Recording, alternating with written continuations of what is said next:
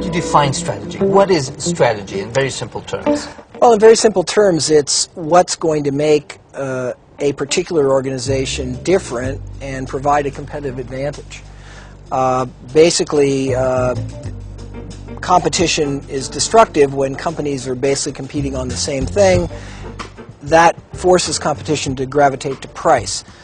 Strategy is finding a different way to compete to create a different sort of value for the customer, which allows a company to prosper, to achieve superior profitability.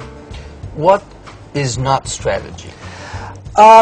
Simply implementing best practices, buying the latest machine, using the internet to communicate with your customers. There are lots of things that managers do that they have to do to actually keep making the company more productive and more efficient and to attain the kind of latest technology and knowledge about management. All those things are a necessity, but they're not strategy. Strategy is not about doing the same thing better. Strategy is about finding that different place for the organization to deliver value. But what makes it challenging is you have to do both of these things at the same time. You got to keep assimilating best practices, but at the same time having real clarity about what's going to make you different. You wrote a book 25 years ago that has remained at the top of the list of the strategy books. What were the key messages in that book? Well, I've written a number of books about strategy. I think my first really major book on strategy was a book called Competitive Advantage, and I think the really major message of that was really how to look at the industry in which you compete and how to think about what causes industry profitability and how, by understanding that, a company can improve its own position.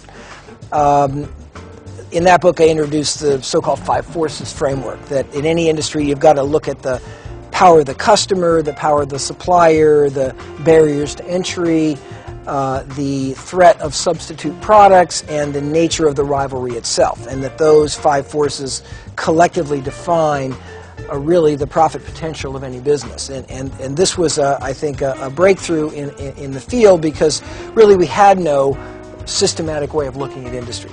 The next book was a book called Competitive Advantage, in which I really talked about how to look at a company's own position and introduce the concept of the value chain. Any company, when it competes, is simply conducting a lot of activities, marketing activities, procurement activities, service activities, and so forth. And the value chain provided a framework for understanding how a particular company was competing versus its competitors, and therefore sharpening the distinctions in terms of its position. I think if I had to sort of highlight the major concepts that have made my work relatively enduring, it would be some of those ideas. Interesting.